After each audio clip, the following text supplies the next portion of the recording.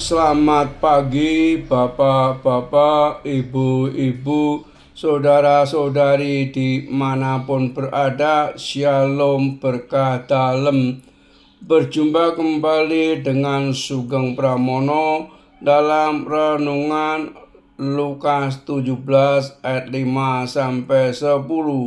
Hamba dan Tuan.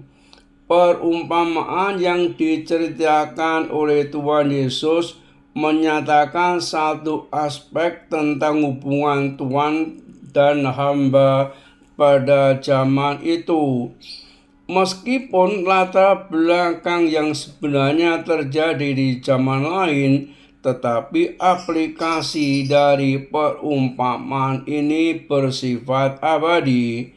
Dengan kata lain, pesan yang disampaikan di dalam sketsa kecil tentang kehidupan pertanian di abad pertama itu masih tetap berlaku dan relevan sampai saat ini.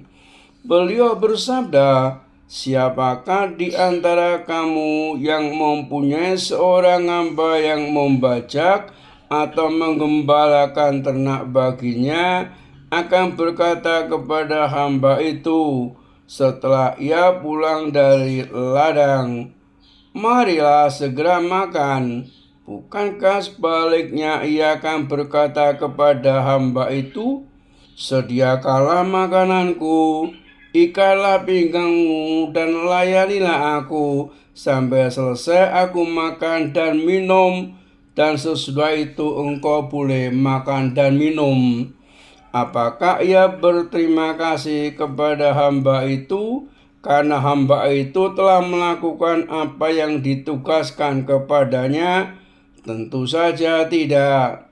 Tuhan Yesus melanjutkan, demikianlah juga kamu. Apabila kamu telah melakukan segala sesuatu yang ditugaskan kepadamu, hendaklah kamu berkata, 'Kami adalah hamba-hamba yang tidak berguna. Kami hanya melakukan apa yang kami harus lakukan.'" Konteks dari perumpamaan ini adalah hubungan antara seorang tuan dengan budaknya pada zaman old, di mana seorang budak diharapkan mematuhi apapun yang diperintahkan tuannya untuk dia kerjakan. Jika tuannya memerintahkan hambanya membajak ladang sepanjang hari dan menyiapkan makan malam sesudah ia kembali ke rumah, dia harus taat karena dia tahu bahwa semua itu adalah tugasnya.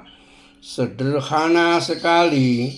Dan di dalam melakukan tugasnya, seorang budak tidak menerima ucapan terima kasih, karena mengucapkan terima kasih kepada budak adalah hal yang tidak biasa. Apakah yang ingin dikatakan Tuhan Yesus di dalam perumpamaan ini? Tuhan Yesus menginginkan pengikut-pengikutnya mengetahui apa artinya menjadi hamba. Murid-muridnya hidup di dalam konteks religius yang menekankan tentang diberi atau tidak diberi upah. Mereka lebih dari satu kali berbantah-bantah tentang siapa di antara mereka yang terbesar di dalam kerajaan surga.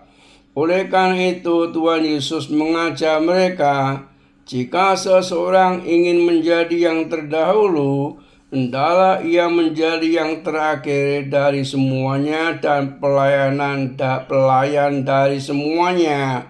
Markus 9 ayat 35. Beliau sendiri memberikan teladan ketika membasuh kaki murid-muridnya. Yohanes 13 ayat 1 sampai 17. Dan sesudah pelaksanaan perjamuan malam, mengajar mereka menjadi hamba-hamba. Yang terbesar di antara kamu hendaklah menjadi sebagai yang paling muda dan pemimpin sebagai pelayan. Siapakah yang lebih besar, yang duduk makan atau yang melayani? Bukankah dia yang duduk makan?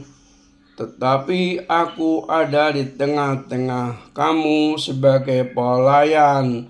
Lukas 22 ayat 26-27. Tak henti-hentinya Tuhan Yesus harus mengajarkan kepada murid-muridnya tidak bekerja di dalam kerajaan Allah demi upah. Allah tidak mempekerjakan hamba-hambanya supaya mendapat upah karena pelayanan mereka. Tidak ada hamba yang pernah berkata, Allah berhutang kepada saya. Allah tidak membeli pelayanan seperti Tuhan yang membeli waktu dan keterampilan dari hambanya. Allah tidak masuk ke dalam hubungan Tuhan hamba, tetapi tidak seorang pun dapat mengajukan tuntutan kepada Allah untuk pelayanan yang sudah diberikan. Tuhan Yesus menceritakan perumpamaan tentang Tuhan hamba untuk memberikan perspektif tentang arti menjadi hamba kepada murid-muridnya. Tuhan tersebut dapat membuat tuntutan-tuntutan jauh di atas waktu dan keterampilan hambanya. Dia berhak melakukan hal ini demi keuntungan dan kesenangannya sendiri.